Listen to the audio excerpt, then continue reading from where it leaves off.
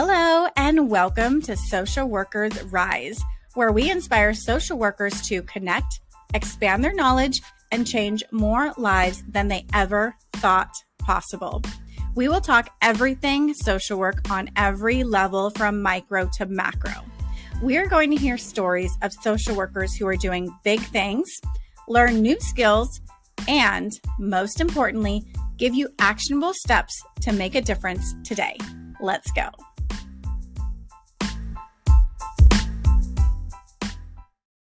Hello, and welcome to another episode of Social Workers Rise. It is your host, Catherine, here.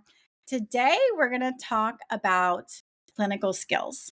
So I took a survey of a lot of social workers, right? So what I do every year for the podcast is I'll survey my audience around what you like, what you don't like, what I should change, what you want more of. And what I heard overwhelmingly from over 75 social workers is that you are struggling in a couple different areas. One, you need more income. We need more money. We're feeling broke. We can't afford some new shoes and lattes like we want to, right?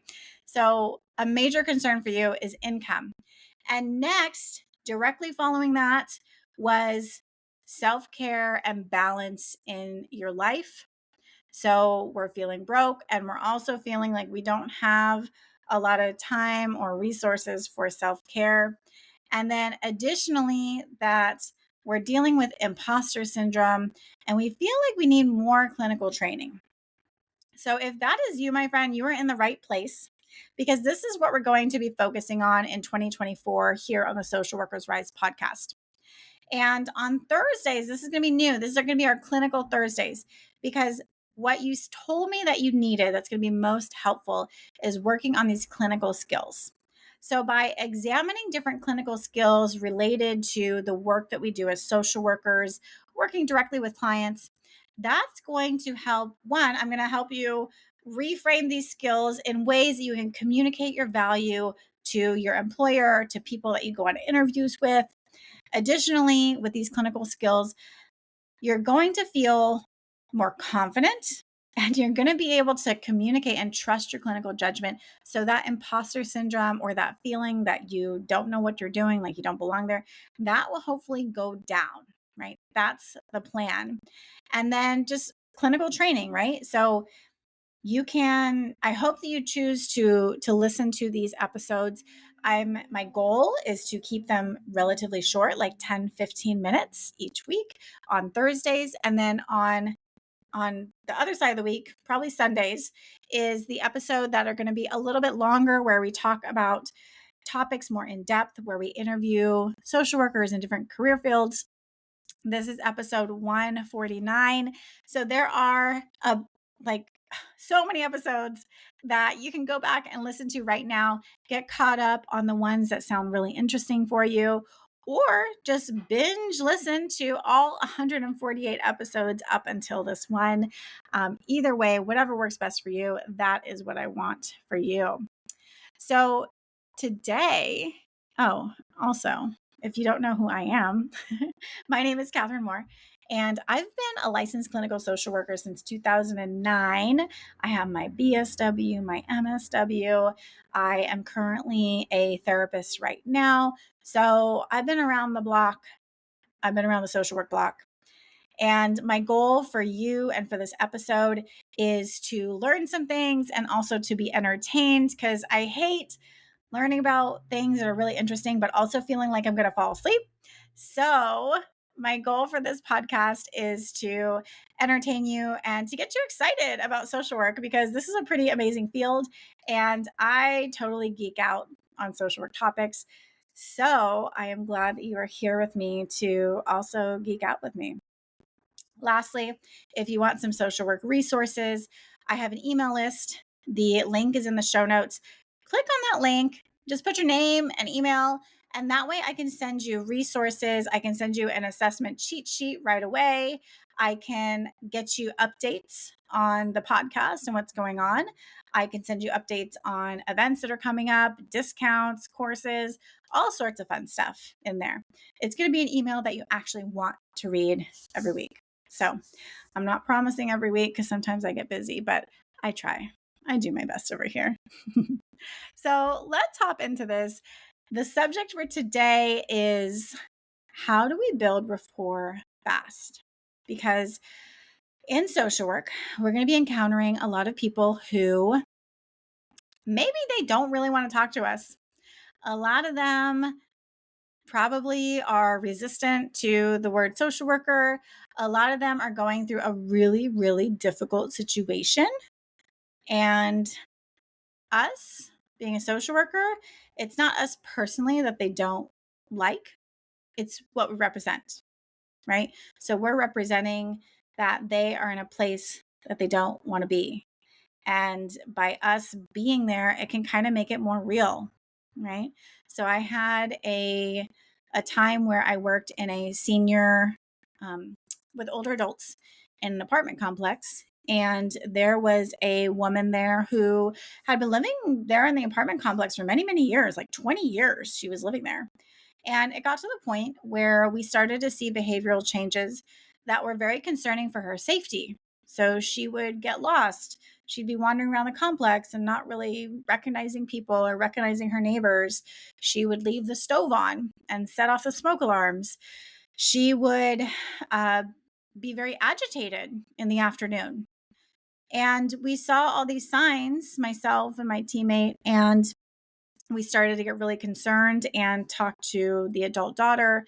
And the adult daughter was not happy with us, right? Because the adult daughter was just, in her words, just too busy to be worrying about this. And she didn't appreciate our calls. She didn't appreciate the updates. If we had something happen, like a safety concern, I mean, we had to call her. And it got to the point where we had to have a meeting with her and say, look, we're not sure that, your mom is not safe to live on her own. And we need to start talking about what are her next steps. And oh my gosh, let me tell you, she lost it on me. And I was so bewildered, confused, kind of hurt because I had been talking to her for a long time and I wasn't expecting her to just go off on me. And I processed this with my clinical supervisor, and my supervisor helped me understand that it's not me personally. She's not mad at me, at Catherine, right?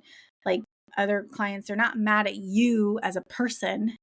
They're mad at what you represent, at the things that you are uncovering, the things that have been left in the shadows for so long, and now we're shining a light on them. The things that have been swept under the rug, and now we're shaking out that rug and say, hey, it's like way too dirty in here, right? People don't like that. And it's not your fault, right? So there's going to be people who are not happy to see you, who are resistant to seeing you, but we still need to work with them, right? That's what we're here for. We're here to help them in any way that we can. And to do that, we really need to build that rapport fast. I had another client who she had spoken to therapists in the past, but she really didn't want to talk to a therapist now. She just didn't feel emotionally ready. She felt that she just kind of wanted to keep to herself, and she hadn't had time to process her emotions. And she really didn't want to talk to me. I was like, okay, I respect that. I'm not going to force you to talk to me. But it just told me that, okay, what I need to focus on with this person is building rapport fast, right? So with the first one, I had that rapport built over a long period of time. But still, when things go awry, when there's an argument, when there's something that changes, we got to keep that rapport, right? And we got to know, okay, things have gone sideways. How do we get this rapport back? How do we redirect this? And for the new people, the new client, all right, how do I show this person, or how do I create a safe space so that this person feels comfortable opening up in their own time, right? All of this is called the therapeutic alliance. So the therapeutic alliance is basically the quality of our relationship with them, right? It is a collaborative trusting relationship between a therapist, that's you, and the client, right? And I use therapist and social worker interchangeably because we're doing a lot of individual work, right?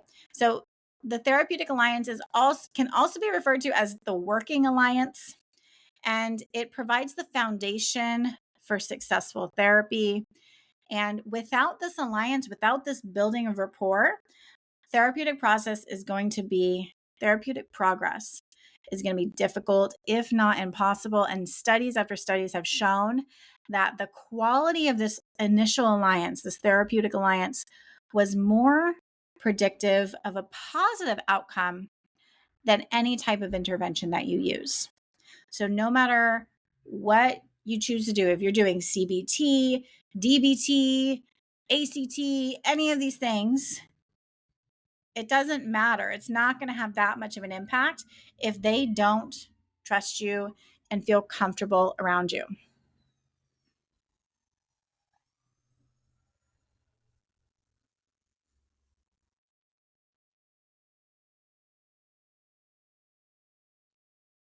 So there's 5 essential pieces that we need to have in order to build a therapeutic alliance or to kind of refocus back on that therapeutic alliance if things have kind of gone sideways, right? And these are going to be, one is empathy. So let the person know, like, hey, this is what I'm hearing from you. Like, I get it. This is scary. This is overwhelming. This is not what you need right now. I understand that you're really busy, but I also still understand that you love your mom, and this is really, really hard for you, right? Empathy, right? Showing respect, respecting them that they are the expert on their lives, right? So I can't force you to talk about things because I respect that you know yourself, that you know what it is that you're ready for, that what it is that you need, right? Being genuine. And this can be hard because a lot of times as professionals, we want to come off as like the all knowing, oh, I'm the professional, blah, blah, blah, or not show our personality because we want to be, quote, professional. But being genuine and being a human first before a social worker, before a therapist, being human first is going to go a very, very long way. And, letting them know that you also aren't perfect. You don't have all the answers, but that's okay because we're going to figure it out. And we're able to problem solve with them.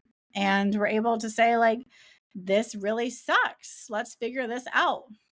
Right. And the fourth one is going to be unconditional positive regard. So no matter what, we're still going to be here for them, right? And this is so powerful because a lot of times people have been through a lot of stuff in their life and their family members, their friends, their loved ones, maybe they've gone away, they've abandoned them. Maybe our client has burned the bridges. Maybe people just throw up their hands and say, I don't know what to do. And they leave, right? But as social workers, we're not doing that. No matter what, no matter how many times they mess up, we're still going to be there. We're still going to call them. So that unconditional positive regard that, hey, we are going to be here for you no matter what happens. Let's just try to work this out together. Let's just come to an understanding, what it is that we need. How do we go forward, right? And active listening is the fifth one. So really listening to what they're saying. Don't be distracted. And I hate that concept of doing, what do they call it? Parallel documentation, where you're taking notes and documentation during the visit. If it's not done correctly, then it can be really detrimental to establishing this therapeutic alliance. So active listening is extremely important. So those are the 5 aspects to building the therapeutic alliance, why it's so important. If you want to learn more about how do we do this, how specifically are we doing the assessments, how specifically are we documenting, even if we do need to do the congruent documentation, right, or documenting with the client or documenting after. I cover all of these foundational skills in the course, The Clinical Essentials for the Future Therapist. The link to this course is in the show notes. tap that link and see if this is a good fit for you. See if you need more support and training around documentation, assessment, using CBT, using mindfulness, genograms, safety planning for suicide. All of these topics are covered in this amazing course. So go ahead and click that link if that's something that you think might be helpful for you. Otherwise, I will see you next week. And if this episode helped you at all, go ahead and text this to a friend, send this to a colleague, let them know, hey, check this out. I thought of you, thought it might be something that could be helpful. If you want more social work resources, also tap the link in the show notes to get on the email resource list. This is where I send out tips and tools and resources that I think would be helpful for you as a new clinical social worker. So that is all that I have for you today, and I'll see you next week.